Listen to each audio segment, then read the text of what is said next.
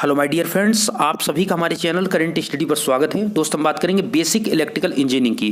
तो आपको बताना चाहेंगे बेसिक इलेक्ट्रिकल इंजीनियरिंग के आज की इस वीडियो में जो आपको हमने पिछली वीडियो में बताया था कि जो आपका ईएमएफ होता है वो टू टाइप्स विधि द्वारा निकाला जाता है। एक आपका होता है डायनामिक, एक होता है आपका स्टैटिक।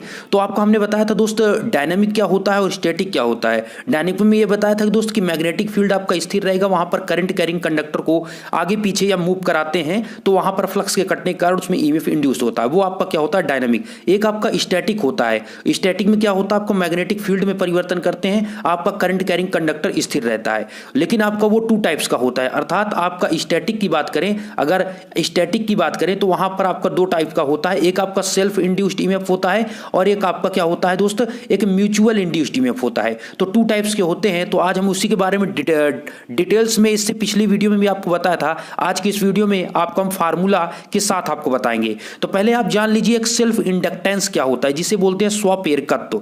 तो देखिए दोस्त, कहते हैं कि कॉइल की वह प्रॉपर्टी, और देखिए इससे पहले की जो हमने वीडियो अभी अपलोड की है उससे पिछली वीडियो देखने के लिए हमने डिस्क्रिप्शन में लिंक दिया है बेसिक इलेक्ट्रिकल के प्लेलिस्ट का, चेक करके आप वहां से डायरेक्टली जाकर देख सकते हैं वीडियो। ठीक है, वो ये जो मैं आपको पढ़ा रहा हूं, जो बता रहा हूं, ये ज्यादा आपको तब समझ में आएगी जब आप पिछला वीडियो और देख लेंगे तब। अभी आप इसको देख लीजिए, फिर आप उसको भी जाकर देख सकते हैं।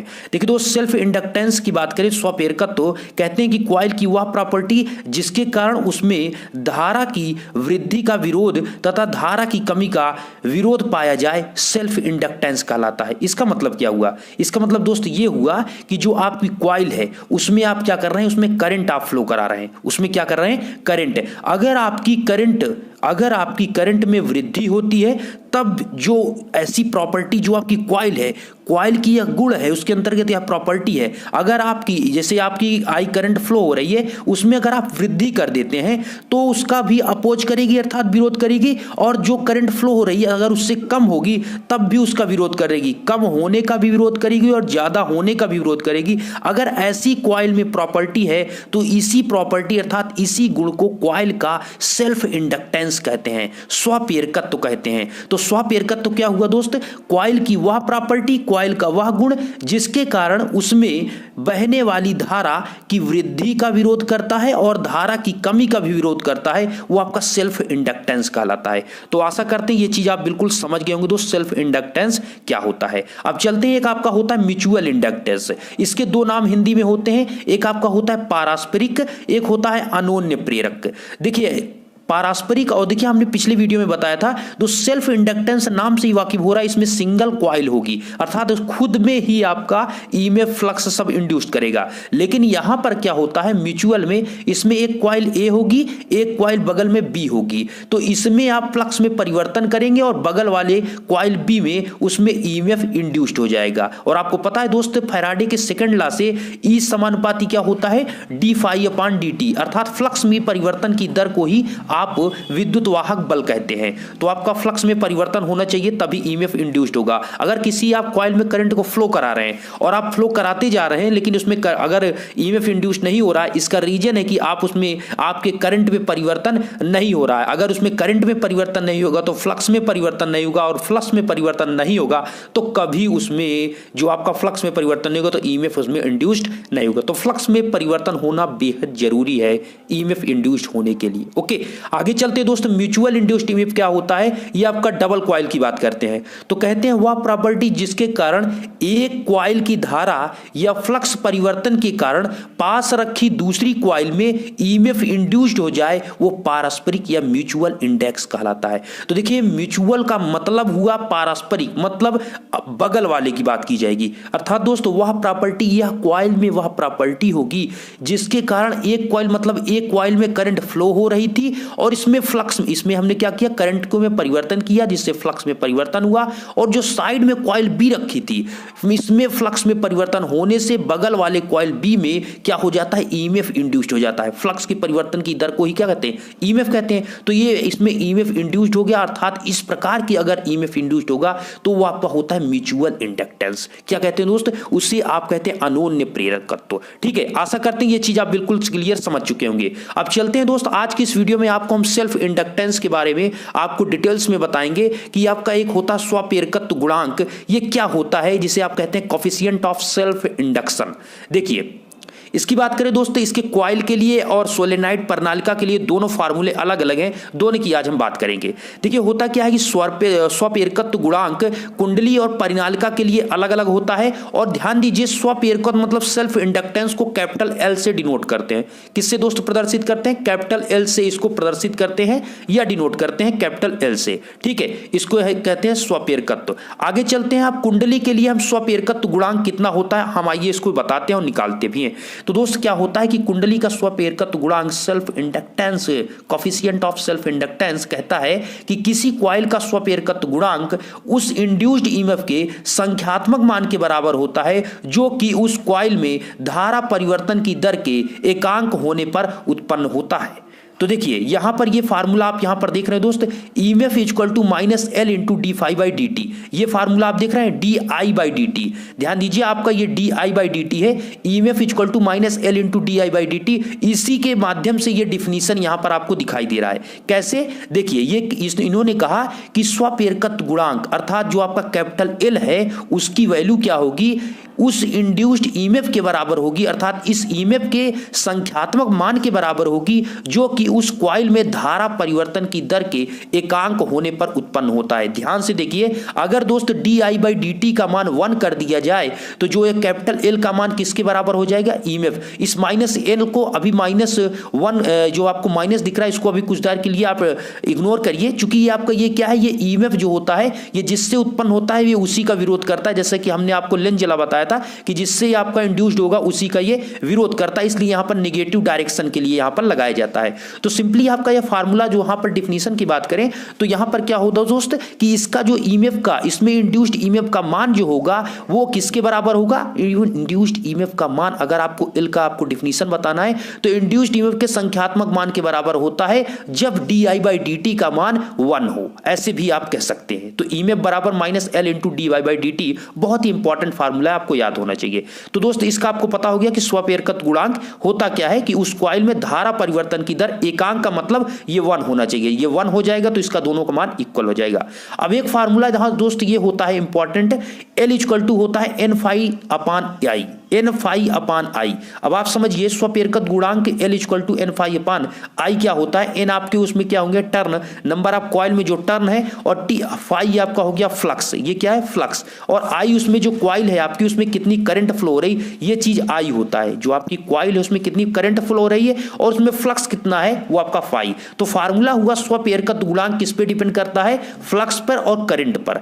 कितनी आप करंट फ्लो करा रहे हैं और कितना उसमें फ्लक्स उत्पन्न हो रहा है इस पर डिपेंड करता है आपका एल, ठीक है। तो आपका capital equal to N phi upon I, और एक फार्मूला हुआ EMF equal to minus L D I by D T. ये तो फार्मूले हुए। अब हम चलते हैं दोस्त परिनालिका के लिए। ये किसके लिए था? ये आपके कुंडली का स्वप्रेरकत्व गुणांक अर्थात कॉइल का था, ठीक है, कॉइल का स्वप्रेरकत्व गुणांक था। लेकिन अगर वहीं पर परिनालिका, जिसे आप सोलेनाइड इंग्लिश में बोलते हैं, सोलेनाइड। अब सोलेनाइड कैसे होता है दोस्तों? सोलेनाइड इस प्रकार आपका होता है, ठीक है, सोलेनाइड इस प्रकार होता है। इसके अंदर जो आपका यहां पर इसमें जो ईएमएफ आपका इंड्यूस्ड होगा अर्थात स्वप्रेरकत्व गुणांक क्या होगा, ये चीज यहां पर आपको पता करना है।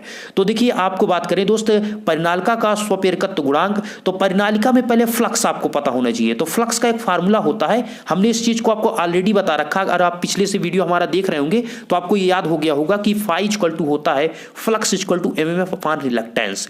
एमएमएफ क्या है दोस्त? Magnetic motive force. रिलक्टेंस आपका क्या होता है? रिलक्टेंस जिस प्रकार दोस्त आपका इलेक्ट्रिक सर्किट में रेजिस्टेंस होता है उसी तरह आपका मैग्नेटिक सर्किट में रिलक्टेंस उसी तरह बिहेव करता है। जिस प्रकार आपका रेजिस्टेंस होता है उसी तरह आपका ये इसको एस से डिनोट करते हैं, इसको कहते हैं रिलक्टेंस, ठीक है। मैग्नेटिक सर्किट में से रिलक्टेंस कहते हैं, और ये आपका एज अ रेजिस्टेंस की तरह कार्य करता है। किसमें? मैग्नेटिक सर्किट में। तो आपका दोस्त ये परिनालिका में उत्पन्न ईएमएफ अर्थात परिनालिका के अंदर जो ईएमएफ उत्पन्न होगा वो phi equal to MMF upon reluctance होता है फार्मूला, ठीक है। करना क्या है दोस्त? फाई इक्वल टू एमएफ बराबर क्या होता है? एमएफ इक्वल टू होता है एन इंटू आई। क्या होता है? एन इंटू आई। तो सिंपली यहां पर आप क्या करेंगे? एमएमएफ की जगह पर आप एन इंटू आई रखेंगे, और यहां पर जो आपका रिलक्टेंस होता है उसका, ये चीज अगर आप पिछले से वीडियो देख रहे होंगे तो पक्का आपको दोस्त ये सभी याद होंगे, क्योंकि हमने आपको बहुत अच्छे से रिलक्टेंस, एमएमएफ, मैग्नेटिक फील्ड, ये सब कुछ बहुत अच्छे से हमने आपको बताया था। अगर आप पिछला वीडियो नहीं देखें तो डिस्क्रिप्शन में लिंक है, आप चेक करके जरूर ये वीडियो को देख लीजिएगा। ये इंपॉर्टेंट है, आपके पेपर्स में ये डिफिनीशन छोटे छोटे पूछे जाते हैं। रिलक्टेंस दोस्त हमने आपको बता दिया एज अ रेजिस्टेंस, अर्थात इसका फार्मूला होता है S equal to 1/μ0 μr L/A। अब आप इसमें क्वेश्चन करेंगे इसमें म्यू नॉट क्या है, म्यू आर क्या है, एल क्या है, ए क्या है, ये देख लीजिए फिर से आप। म्यू नॉट दोस्त आपका क्या होता है, म्यू आर आपका होता है दोस्त, म्यू नॉट ये आपकी निरपेक्ष चुंबकशीलता होती है और ये आपका म्यू आर जो होता है ये सापेक्ष चुंबकशीलता होती है। अर्थात ये म्यू आर का मतलब रिलेटिव आपकी ये आपका रिलेटिव होता है और ये आपका क्या होता है एब्सोल्यूट होता है, ठीक है, एब्सोल्यूट परमिबिलिटी और ये आपका रिलेटिव परमिबिलिटी। तो इसलिए इसे कहते हैं म्यू नॉट को निरपेक्ष चुंबकशीलता, इसे कहते हैं सापेक्ष चुंबकशीलता। तो फार्मूला है S equal to 1/μ0 μr L/A, ठीक है। L क्या है उस सोलेनाइड की लेंथ है, A क्या है उसका क्रॉस सेक्शन एरिया है, ठीक है। ये जो आपका ये सोलेनाइड है ये परिनालिका है, इसकी यहां से यहां तक ये लेंथ है और ये जो क्रॉस सेक्शन एरिया इसका A है, ठीक है। तो आपका फार्मूला दोस्त ये आपका आता है R इक्वल टू।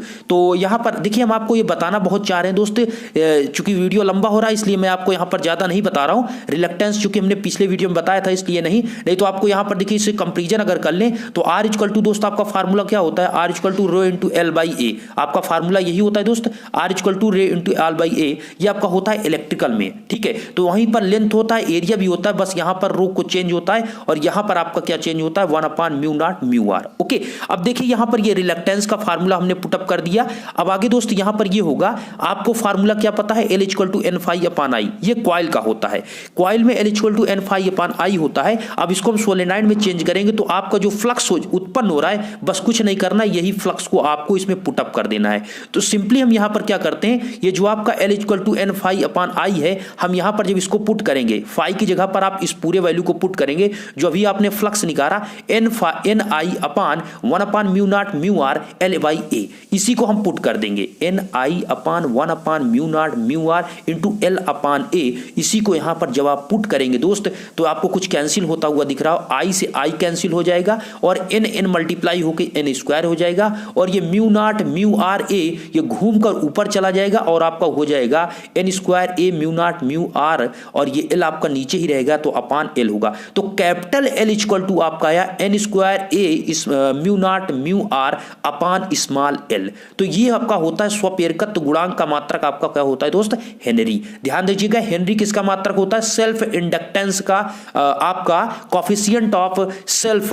यहां पर आप ध्यान दीजिए स्वप्रेरकत्व आपकी बात कर रहे हैं हम तो, और ध्यान दीजिए ये स्वप्रेरकत्व है और इसके बाद आपका आता है, देखिए ये आपका स्वप्रेरकत्व है, इसके बाद आपका म्यूचुअल एक इंडक्स होता है, अर्थात ये कोफिशिएंट ऑफ सेल्फ इंडक्शन है, इसका आपका हेनरी होता है और म्यूचुअल का अर्थात पारस्परिक का भी जो मात्रक होता है वो क्या होता है, हेनरी ही होता है, ठीक है। इस चीज को ध्यान रखिएगा, दोनों का एक ही होता है। तो यहां पर एक आपका कंडीशन ये होता है दोस्त, एक कंडीशन ये होता है कि ये आप एनी मीडियम, अर्थात यहां पर किसी भी मीडियम की बात करेंगे तो वहां पर μ0 μr अपान L होगा। लेकिन अगर हम वायु क्रोड कुंडली की बात करेंगे, अर्थात अगर हम एयर मीडियम की बात करेंगे जहां पर ओनली एयर होगा, तो वहां पर आपका जो आपका μr होता है उसकी वैल्यू हम क्या ले लेते हैं 1।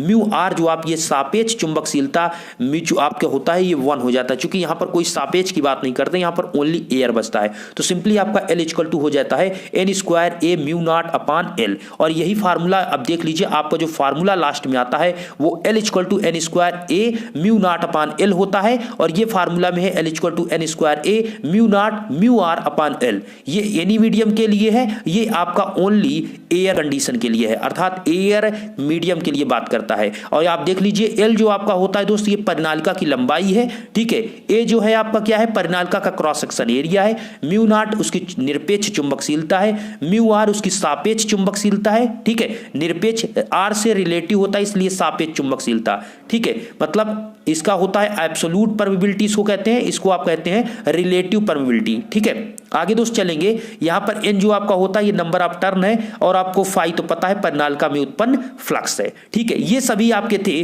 देखिए यहां पर आपका हुआ क्या है दोस्त, यहां पर आप ऐसे याद कर सकते हैं, यहां पर जो आपका फार्मूला आया है यहां पर देख लीजिए, देखिए यहां पर आपका ये फार्मूला आया है L equal to n square A μ0 L, ठीक है। ये फार्मूला आपका होता है किसका, ये फार्मूला आपका होता है दोस्तों किसका, परिनालिका के लिए। लेकिन अगर आपसे यहीं पर कहा जाए कि कॉइल के लिए, तो कॉइल के लिए आपका होता है L = N∅/I।